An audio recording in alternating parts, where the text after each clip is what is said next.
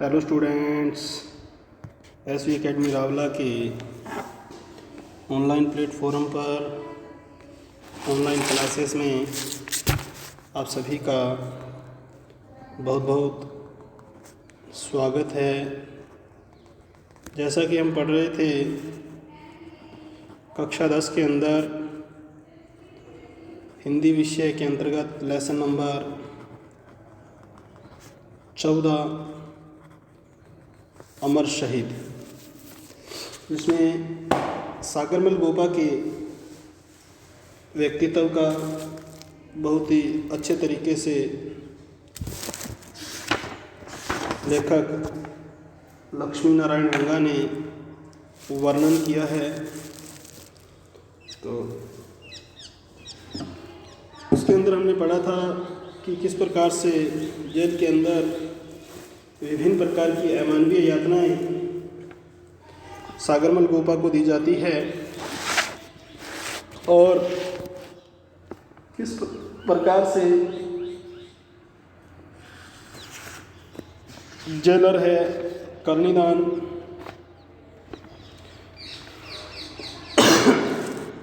वो उसे किस प्रकार समझा बुझाकर प्रयास करता है कि जो उसने जैसलमेर के राजा के विरुद्ध जो आंदोलन चलाया है उसको वह ख़त्म करे और एक माफ़ीनामा है और उस पर वो अपने हस्ताक्षर करे तो उसकी जान बच सकती है। इसके लिए वो प्रयास भी करता है, परंतु जो सागरमल है वो जैसलमेर राज्य जो कि इन्होंने 2 पुस्तकें भी लिखी, जैसलमेर शासन का जैसलमेर का गुंडा राज शासन और रघुनाथ सिंह का मुकदमा, ये 2 पुस्तकें लिखी जो वहाँ के शासन प्रक्रिया को उजागर करती है। तो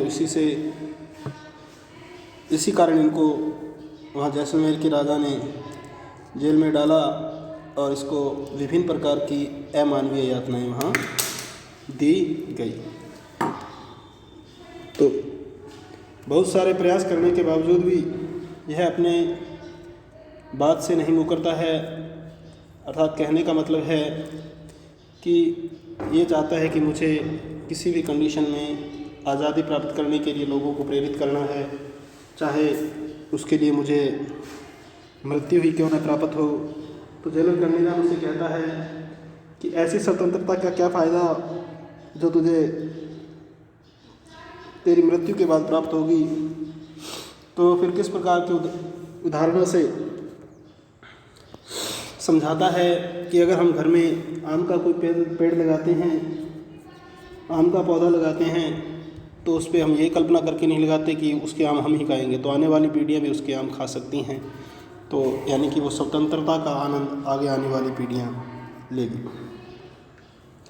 तो किस प्रकार अंत में हमने पढ़ा था, जेलर कहता है जेलर कर्णीदान कहता है कि फिर भी सागर मनुष्य का जो जीवन है 84 लाख योनियों में भटकने के बाद बड़ी ही मुश्किल से मिलता है। उसे इस प्रकार से नष्ट करना बिना किसी फल की आशा के। तो यहाँ तक हमने पढ़ा था, आगे हम पढ़ते हैं आज इसको। तो सागर कहता है यज्ञ में आहुति देने वाला, किसमें? यज्ञ में आहुति देने वाला यह नहीं देखता जेलर साहब कि उसकी आहुति से कौन सी लपट उठती है। सागर कह रहा है कि यज्ञ में आहुति देने वाला यह नहीं देखता जेलर साहब कि उसकी आहुति से कौन सी लपट उठती है या कौन सी ज्वाला उठती है, उठती भी है या नहीं, उठती भी है या नहीं। वह तो बस आहुति देना ही अपना धर्म समझता है, अपना कर्तव्य समझता है। जेलर, पर तुम्हारी एक आहुति से यज्ञ की कौन सी पूर्णाहुति हो जाएगी। अगर जेलर उसको कह रहा है सागरमल को कि पर तुम्हारी एक आहुति से, तुम्हारे एकमात्र आहुति देने से कौन से इस यज्ञ की जो स्वतंत्रता रूपी जो यज्ञ तूने अब चला रखा है तो इसकी पूर्ण आहुति हो जाएगी, यानी कि पूर्ण आहुति हो जाएगी, तो ये पूर्ण नहीं होने वाला है। तो सागर कह रहा है जेलर साहब, जैसे एक बीज गलकर ही सैकड़ों बीज पैदा करता है। अब फिर उदाहरण के माध्यम से समझाने का प्रयास कर रहा है सागरमल गोपा जेलर करणीदान को कि जेलर साहब, जैसे एक बीज गलकर ही सैकड़ों बीज पैदा करता है, एक लौ जलकर ही हजारों दीप जला सकती है, एक लहर उठकर ही हजारों लहरें उठा सकती हैं, यानी कि एक लहर ही उठकर हजारों लहरें उठा सकती है।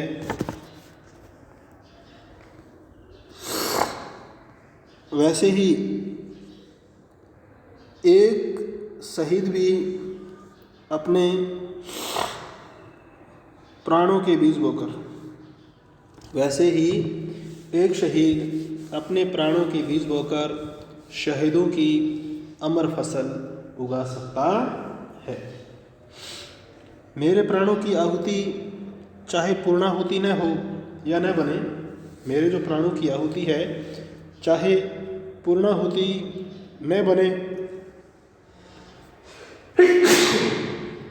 पर यज्ञ को प्रज्वलित तो रखेगी, परंतु ये यज्ञ को क्या रखेगी? प्रज्वलित रखेगी, उसको जलाए रखेगी मेरे प्राणों का दीप। अब जेलर कह रहा है, पर सागर, तुम्हारे प्राणों का दीप बुझा दिया जाएगा। जो तुम्हारे प्राणों का दीप है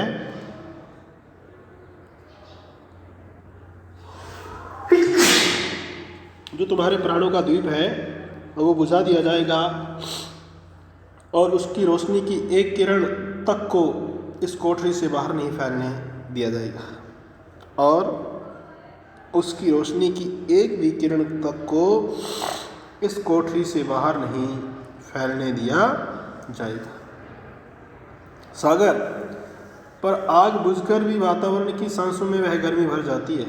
तो सागर कह रहा है कि आग बुझ भी जाए तो भी वातावरण की सांसों में वो गर्मी भर जाती है जो कहीं लपट बनकर फिर जल सकती है, फिर प्रज्वलित हो सकती है। जेलर कह रहे हैं ये सब जुनून की बातें हैं, ये तो तेरे में एक जुनून है, ललक सी है एक तेरे में, उसकी सब बातें हैं।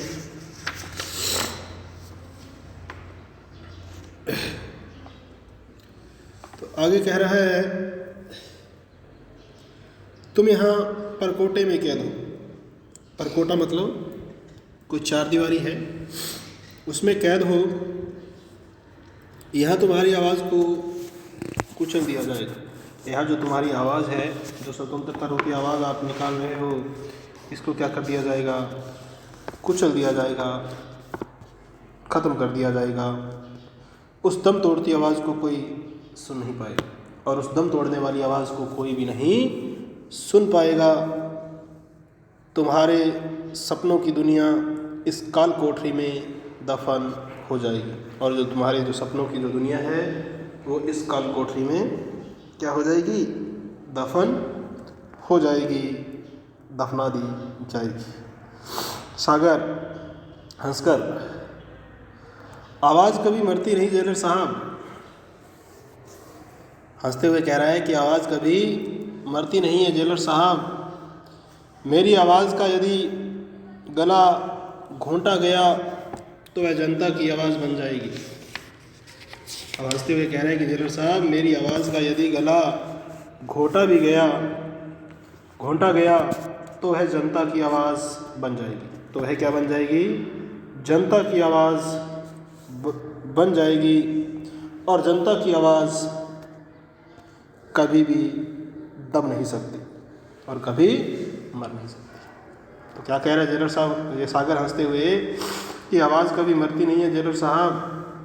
मेरी आवाज़ का यदि गला घोंटा गया तो वह जनता की आवाज़ बन जाएगी, और जनता की आवाज़ कभी दब नहीं सकती और कभी मर नहीं सकती सोचकर फिर शहीदों की ज़िंदगी तो लुप्त गंगा की तरह होती है जेलर साहब।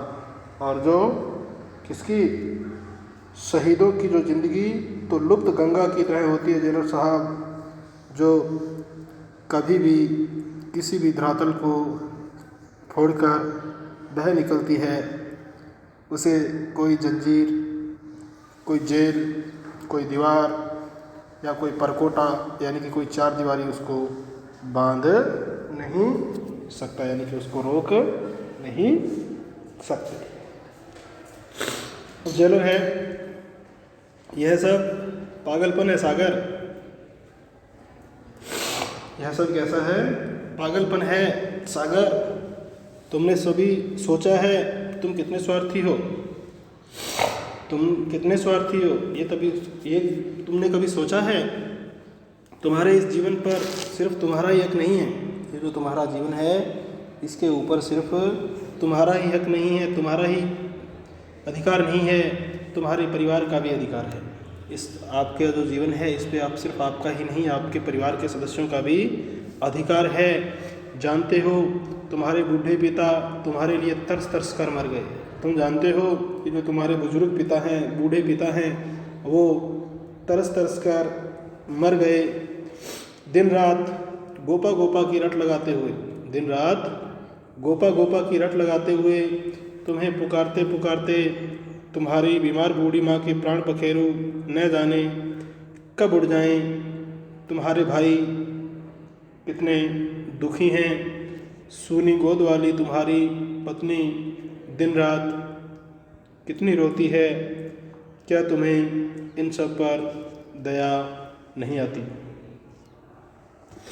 अब सागर कह रहा है जेलर साहब थोड़ा दुखी होकर, मैं एक आंख से इन्हें देखता हूँ, मैं एक आंख से इन्हें देखता हूँ तो दूसरी आंख से देश की दुखी जनता को भी देखता हूँ। जेलर साहब, सागर कह रहा है जेलर साहब से थोड़ा दुखी होकर कह रहा है कि जेलर साहब मैं एक आंख से मैं अपने परिवार के सदस्यों को देखता हूँ तो दूसरी आंख से इस देश की दुखी जनता को भी देखता हूँ। एक कान से मैं अपने परिवार की पुकारें सुनता हूँ। जेलर साहब, मातृभूमि मेरी माँ की माँ है, जो मेरी मातृभूमि है वो मेरी माँ की माँ है। देश मेरे पिता का पिता है, मेरे देशवासी मेरे परिजनों से बढ़कर है। जो मेरे देश के वासी हैं, जो करोड़ों लोग हैं, वो मेरे परिजनों से, मेरे परिवार के सदस्यों से भी बढ़कर है। यदि मेरे घर वालों के दुख आंसू भारत माता के ओठों पर सुख स्वतंत्रता की मुस्कान रचा सकें, यदि मेरे घर वालों के दुख आंसू भारत माता के होठों पर सुख स्वतंत्रता की मुस्कान रचा सके तो मैं अपने परिवार की हर कराह, हर आंसू सहने के लिए तैयार हूँ। फिर जेलर कह रहा है देखो मेरी बात मानो, व्यर्थ या बेकार में ही यूँ प्राण गंवाने से कोई फ़ायदा नहीं।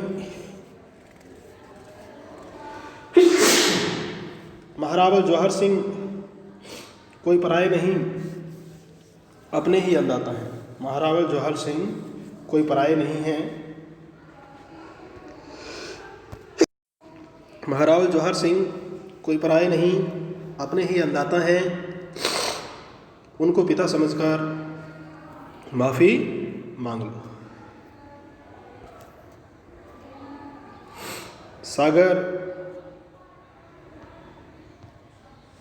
चिल्लाकर नहीं, कभी नहीं, चिल्लाते हुए कहता है नहीं, कभी नहीं। उस खूनी दरिंदे से माफ़ी जिसने जैसलमेर की सारी जनता के भविष्य को, जिसने जैसलमेर राज्य की सारी जनता के भविष्य को अंधेरे से ढक रखा है, जिसने कानून और अदालत को काली कठपुतली बना रखा है, जो चोर डाकू और खूनियों के बलबूते पर राज्य चला रहा है, उससे माफ़ी धत कभी नहीं। जेलर, तो वे तुझे मार डालेंगे।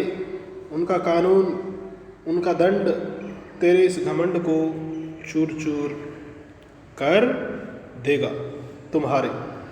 सागर फिर कह रहा है, कानून और दंड के हाथ, काले हाथ फूल को डाली से नोचकर मसल सकते हैं।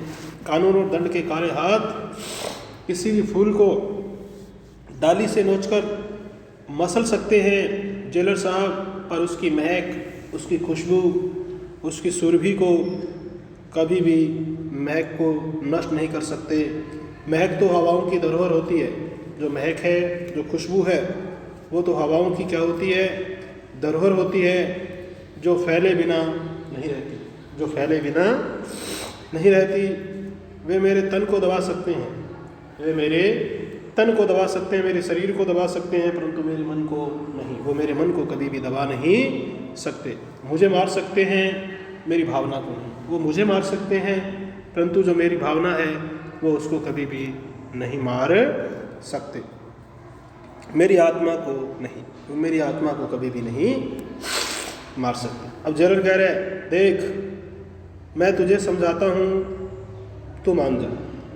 फिर वो कह रहा है, जेलर देख मैं तुझे समझाता हूँ, तू मान जा, नहीं तो ये तेरी बोटी बोटी नोच लेंगे।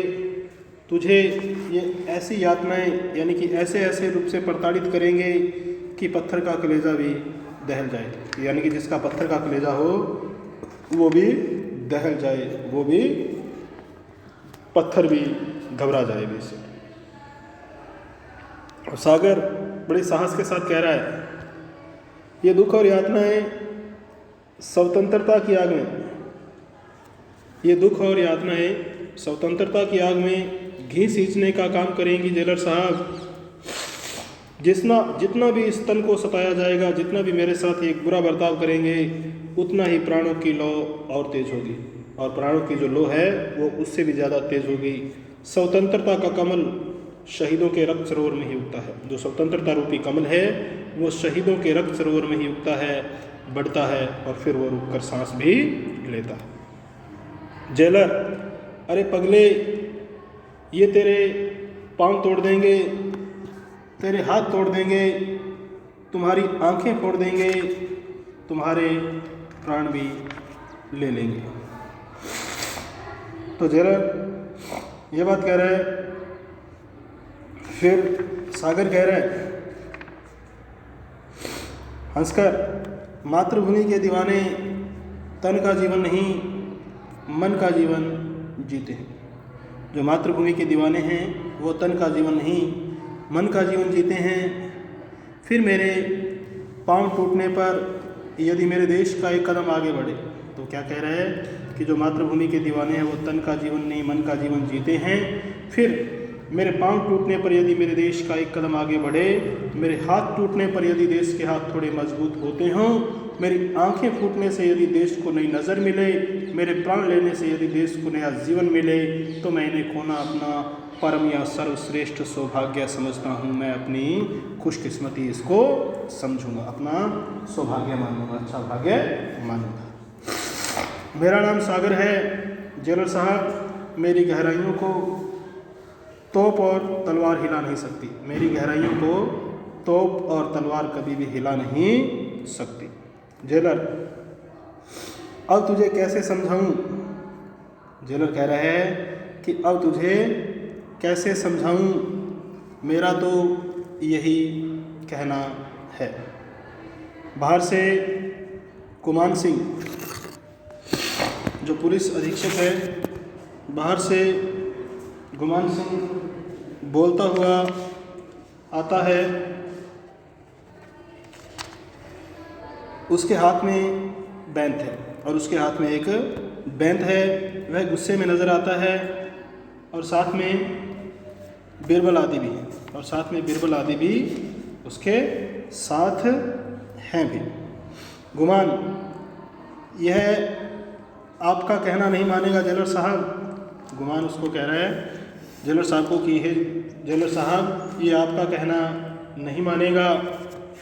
जेलर साहब, मेरा कहना मानेगा। ये किसका? मेरा कहना मानेगा। आपकी मीठी चाल से यह बस में नहीं आएगा, लातों के भूत बातों से नहीं मानते।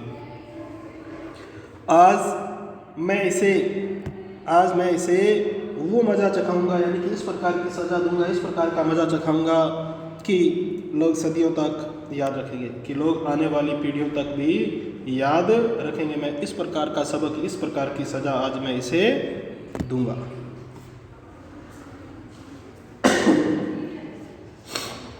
आपको महारावल साहब याद फरमा रहे हैं, आपको महारावल साहब याद फरमा रहे हैं, यानी कि महारावल साहब याद कर रहे हैं। आप वहाँ जाइए,